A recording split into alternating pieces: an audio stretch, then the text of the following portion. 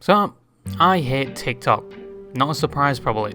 It's not because I think it's slowly eroding the brains of the newer generation to the point where they become dribbling lobotomy patients with an IQ and memory retention of a goldfish with late stages of dementia. No, I don't hate TikTok for that. I think that's just natural selection at that point. But I in fact hate it because there's no element of surprise to it. Like my favourite platform, Instagram Shorts, where I can go from one absolutely wholesome video, and with a swipe of a finger I'm seeing a 9mm lead casing filled with gunpowder ignite and propel a metal object towards an unsuspected person's head. Yeah, you don't see much of that on TikTok. That had completely nothing to do with the topic of this video, but Instagram Reels is significantly better by the way. But TikTok as a platform has revolutionised short-form content and thrust it down the throats of many to the point where it is everywhere and anywhere, with many companies using TikTok as an example and trying to replicate it. But it has come as a double-edged sword, especially when it comes to who it gives a platform to, seemingly creating careers overnight and changing people's lives for the foreseeable future, letting them monetize on entertaining people. But unfortunately, not all the people who get this opportunity are considered sane or tolerable, which is what this video is about. Originally about one of these people, but I thought I'd give you a 3-for-1 special, something your therapist isn't going to give you, especially after watching this video. And we're going to be talking about some of the most controversial TikTokers in recent years, in my opinion. Boys. And that's not from a pick-me perspective, that's because I had 2 boyfriends at the same time. The first person we're going to talk about is rather lukewarm in comparison to the other people on this list, but just consider it a warm-up. But this person has a terrible history on the internet, even quite recently, a few days ago, and has become well equipped at downplaying and scrubbing these incidents off the internet. And like most content creators that get caught with their hand in the internet drama jar, just continue making content like nothing ever happened, only to later incriminate themselves, again, down the line. But we're only going to talk about 3 of these said incidents today. But this person is Saor Brooks. I'm not expecting any of you to know that name because her content is very bespoke to a certain type of audience, and also because I expect most of you who watch my videos not to be brain-rotted TikTok dumbasses. But don't worry, my disappointment is pre-ordered behind your own parents' disappointment. But Saor Brooks is a currently 25-year-old TikTok influencer with 6.1 million followers, and she started garnering popularity all the way back in 2020 when COVID was still a thing. Her content mainly revolved around her lifestyle, adventures, and charismatic personality. Said lifestyle involved a popular genre of content on the TikTok platform, that genre retaining to the lifestyle of living in technical mobile homes and converting other vehicles into mobile homes and living purely off the road. And most of her videos involved this and her travelling in these mobile homes. Another point of interest was her dating life, which she does involve in her videos because she is polyamorous, meaning she can potentially have multiple partners and relationships in a consensual, non-monogamous way, or in her own words, you love someone enough not to limit them and have the fullest extent of their experience even if that doesn't involve you. Different kind of love. You love someone enough to not limit them. You love them enough to want them to have the fullest extent of the human experience, even if that doesn't include you. And then goes on to say she does get jealous seeing her partners with other people, but that is normal. Obviously, it sucks to share your person. It makes me cringe. It makes me jealous. Jealousy is natural. Personally, I don't know how she does it. I can barely listen to someone and watch a YouTube video at the same time without a 400 ping latency on digesting on what that person just said. But having multiple partners and providing love to every single one of them, yeah, don't know how you do it. But one of these relationships was with Theo, a popular TikToker himself, who got popular making the same content she was. These two would make videos together on each other's platform, like genuine cute relationship things that you will never experience, and things like fake breakups, and videos where she tells Theo she doesn't like him anymore, which some people perceived as toxic, some perceived as a joke, and some perceived as your average polyamorous relationship. But that is what Saor was all about, an outgoing person that lived in a Fortnite battle bus and was travelling up and down countries vlogging her adventures and her life, until it wasn't the only thing she was known for anymore.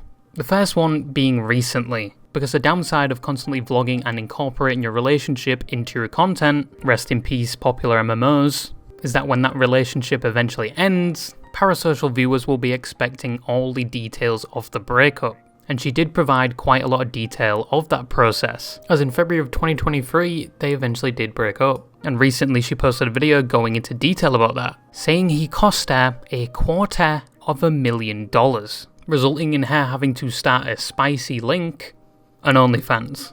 I found out today that my ex lost me over $250,000. And proceeds to conform to the trend of having a mental breakdown on camera, recording it, and then uploading it. Which is such a weird trend. Like, we get you're upset, but we all know as soon as it stopped recording, a majority of your tears dried up. And you probably watched the video about judging if you should take a retake or not. But she owned a property with a sort of Airbnb service on it, with Theo's involvement. And many of these Airbnbs on this property were stationary vehicles. And in this video she goes on to say that since the breakup, these Airbnbs have been neglected, and that it is primarily Theo's fault. And then makes the accusation he stole the titles to these buses she paid for, meaning she cannot sell them even though she spent $250,000 on them. So they are just huge pieces of scrap metal now. When I got to the property, it was insanely overgrown and I couldn't believe what I was guessing. No one's been in them in months since I shut it down, but I realized my ex left it in such disarray. Considering that he's the one who did me dirty, you think he'd at least have the common decency and respect to leave it okay. But instead, everyone that I walked into was just more and more overwhelming. What's even more of a shame is that he stole all of the titles to the buses, so I can't even sell them and get rid of them. Now, after uploading this,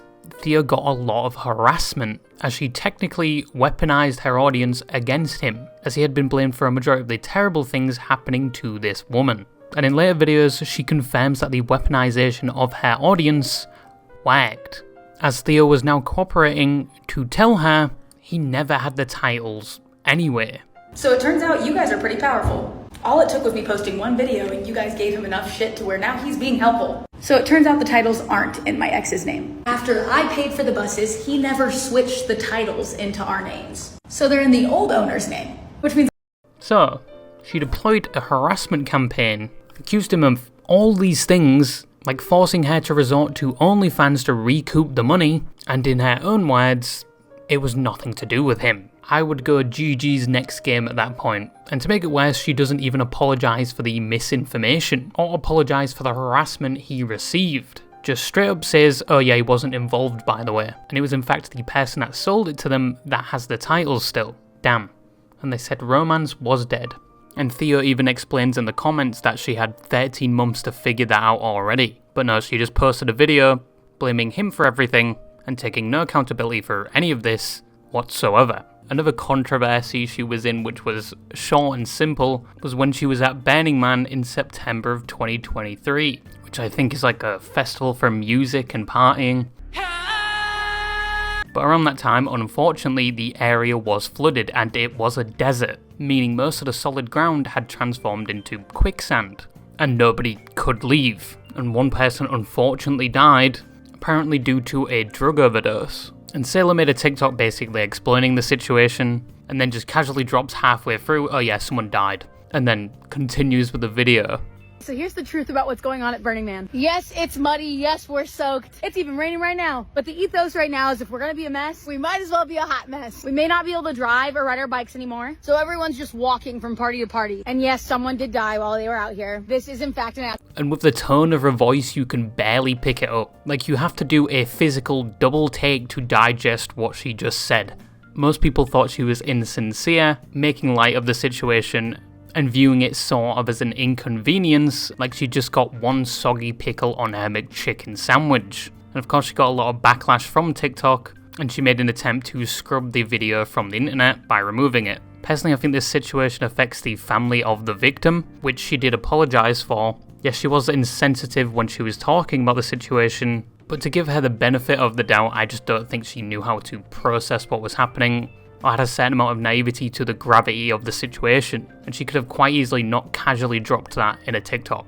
But TikTok did make a meme I laughed at regarding the situation because it was just so accurate. Yes, we may not be able to drive or ride our bikes anymore, so everyone's just walking from party to party. And yes, someone did die while they were out here. Some of you may die, but it's a sacrifice I am willing to make. You can't tell me you didn't at least giggle a little bit there. But the last one was a lot more serious, and occurred towards the end of 2023, where multiple victims came out and said they were sexually assaulted by Sailor and their partner at the time, Theo.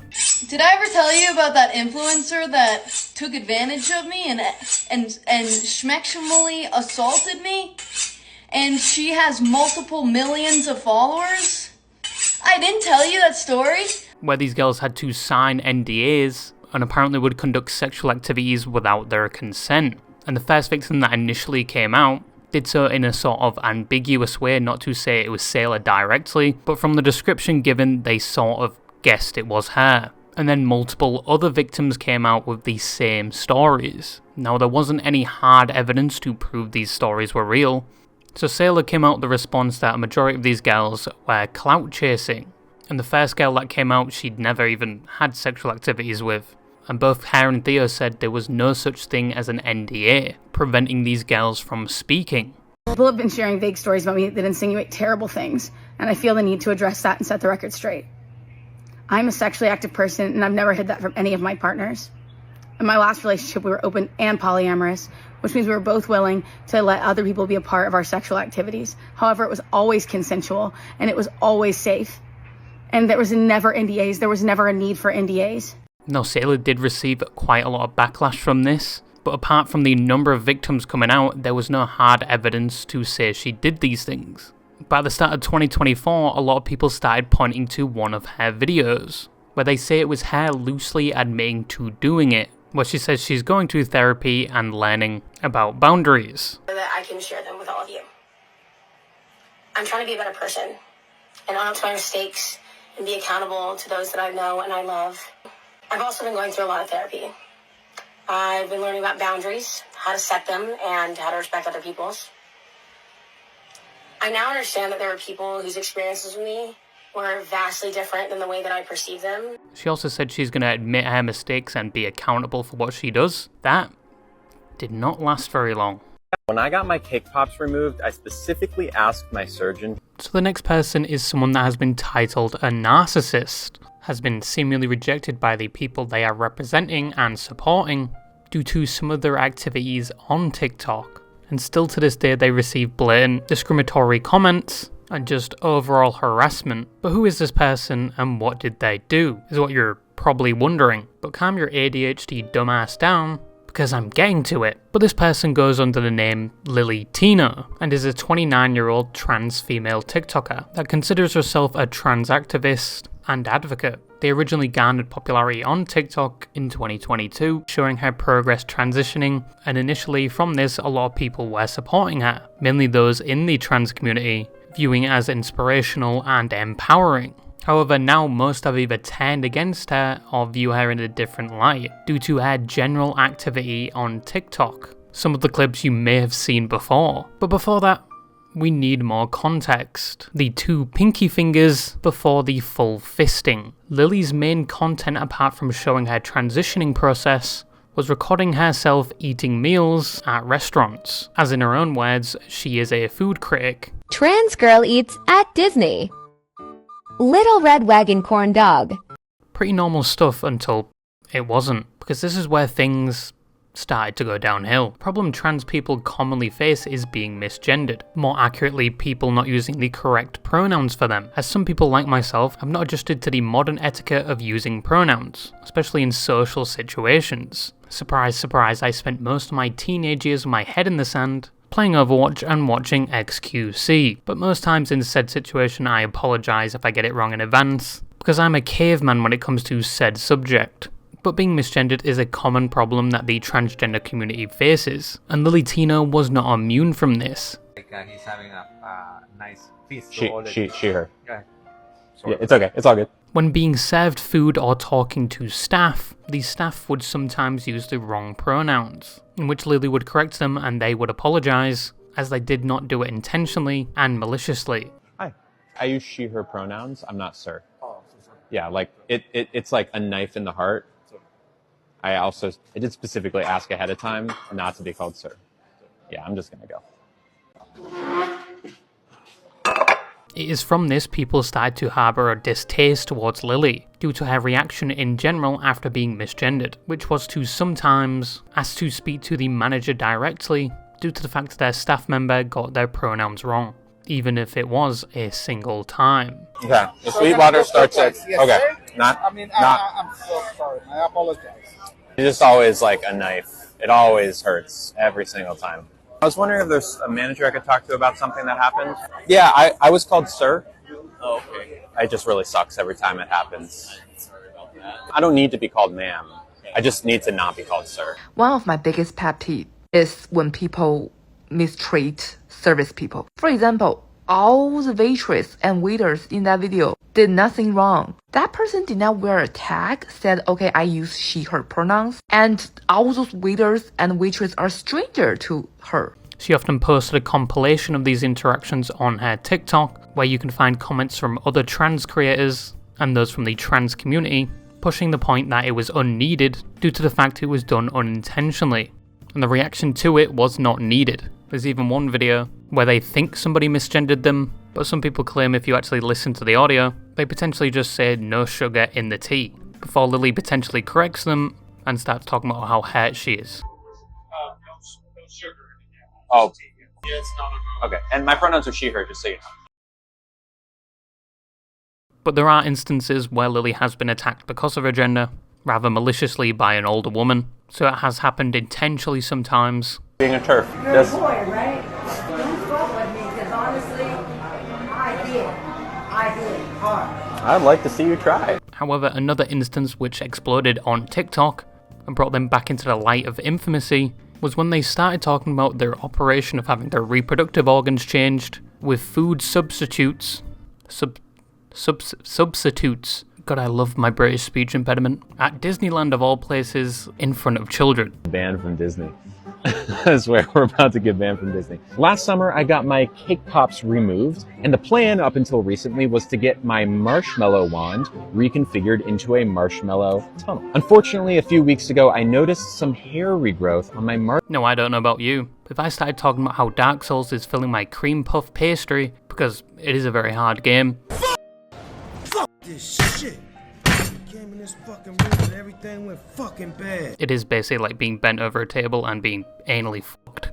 E.T. would not have a hard time getting a probe up my ass after playing that game, but I probably wouldn't say any of that in front of a child, or infer it, or loudly recreate it with a diagram using food. Now those two situations are very different, but you probably shouldn't be talking about genitals and getting fucked in the ass in a social setting. Especially when kids are around, even inferring it. She even prefaced it by saying she's probably going to get thrown out of Disneyland because of this, but still did it anyway. And a lot of people disagreed with her actions on this, even fellow trans creators calling it disgusting.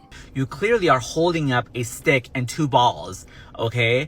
And what irks me the most is that people like you become the face of the trans community, and then we get compared to you guys. We are nothing alike. And around the same time, she copied another creator, replicating their persona and appearance to make child-targeted videos about being trans. Hi friends! Today we're going to talk about something super important. What it means to be transgender. Which a lot of people did not like, due to the fact they were ripping off another creator, Miss Rachel. You're a good person. Oh, the mistakes you've made? Everyone makes mistakes, you're human.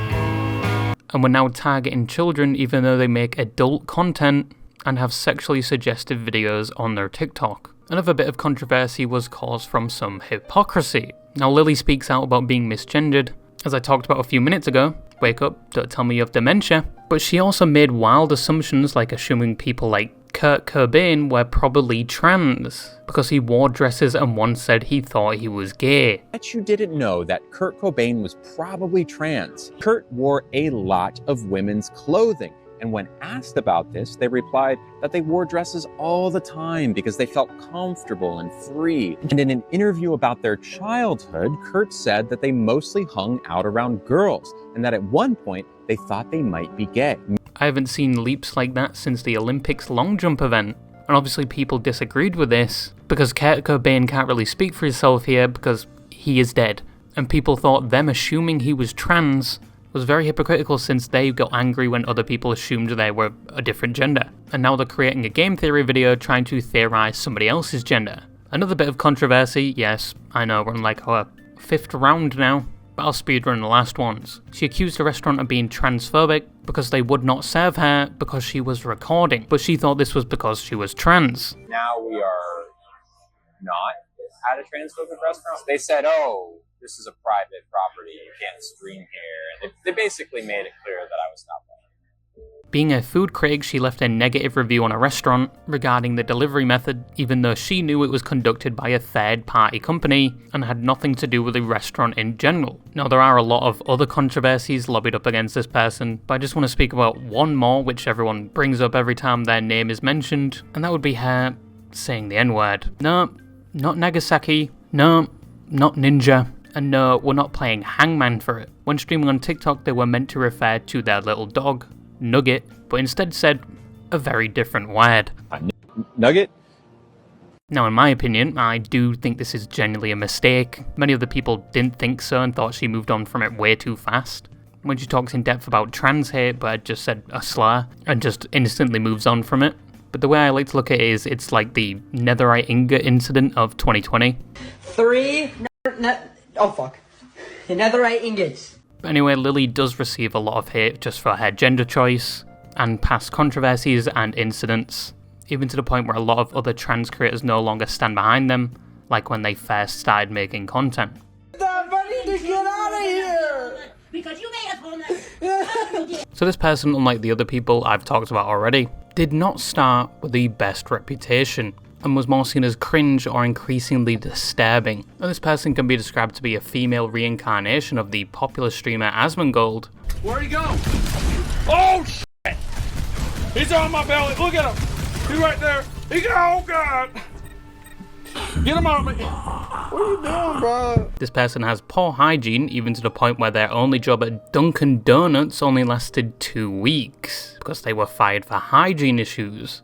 So the day I got fired, she had said I had hygiene issues. You see, if she worked at Burger King, she would probably still have a job. Yeah, that's a dig at Burger King.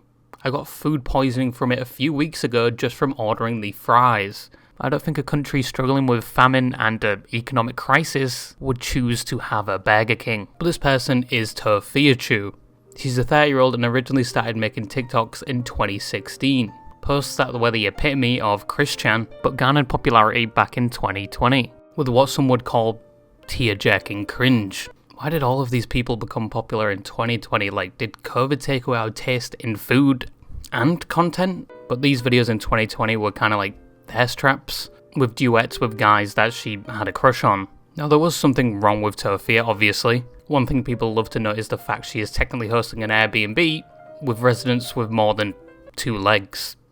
Cockroaches, and many people could see these little cute guys on her lives, something she did almost daily to beg for rent money. Video is going to be very serious. I'm going to talk about a GoFundMe that I have if you want to know more. Which never really seemed to go towards rent and more goes towards food from DoorDash, which she loved to charge back the money, often saying it had not arrived so she could recoup the money.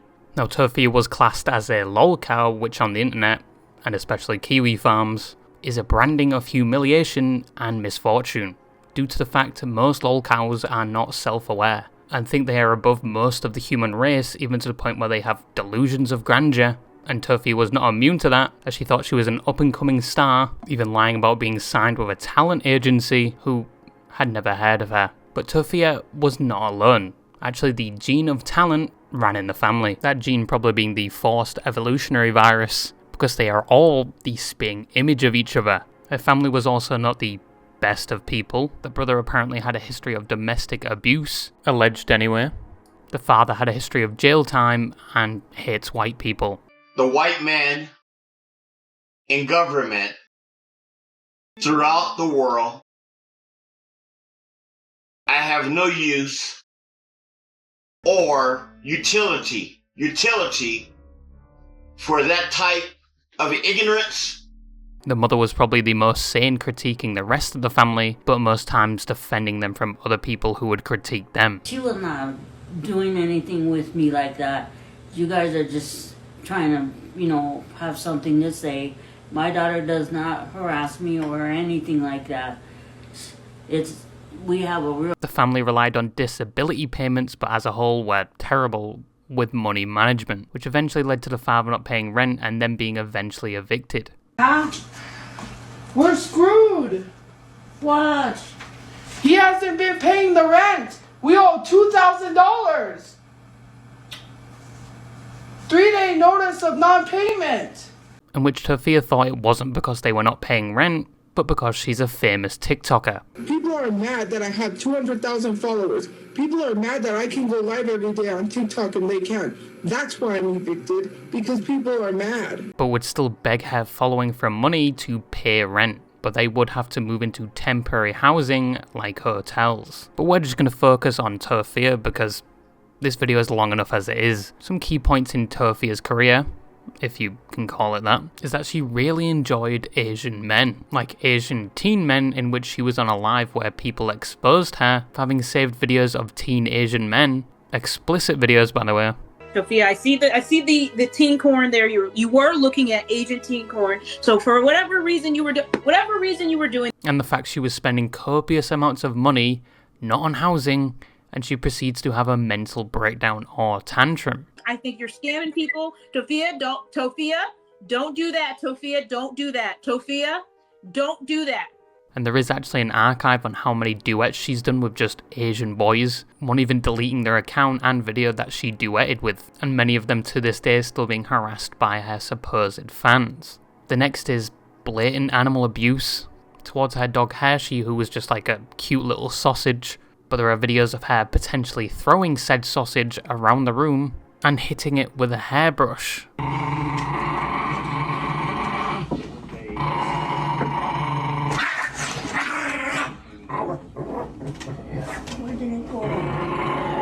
They also didn't take it out on walks, or let it go outside to relieve itself, and it often would just do it standing up inside anywhere. And around the house you could see these pee mats placed around like frost trap placements, and this concluded by a long anecdote by Turfy saying the dog had eventually ran away.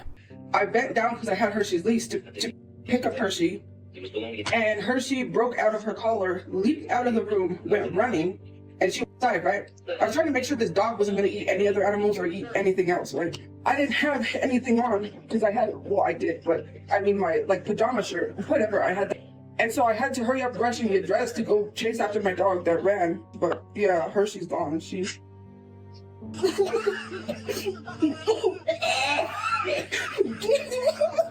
With many people making the unfound claims she had thrown the dog out or killed it herself. Now the last one I want to talk about is what she is most known for, and that is her general hygiene. One of which is where she doesn't wipe after she defecates. Did I wipe? Why would I need to wipe if I didn't? Never mind. Why you want to know what business I do in the bathroom? And it got so bad that her father started spraying air freshener in her presence, like he was trying to ward off a ghost or Nagel himself. She also actively releases gas on stream, which is funny when XQC does it.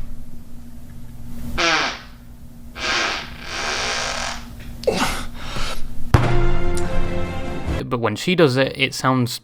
What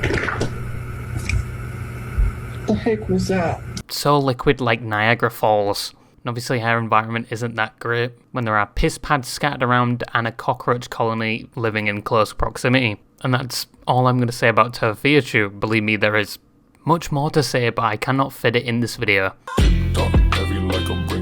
But don't you just love the rising stars of TikTok? Personally, I'm glad there is a platform that tanks all of these people so they don't seep onto other platforms. But anyway, that's the video. Maybe uninstall TikTok and stop doom scrolling whilst a log hangs from your ass on the toilet. But yeah, bye bye.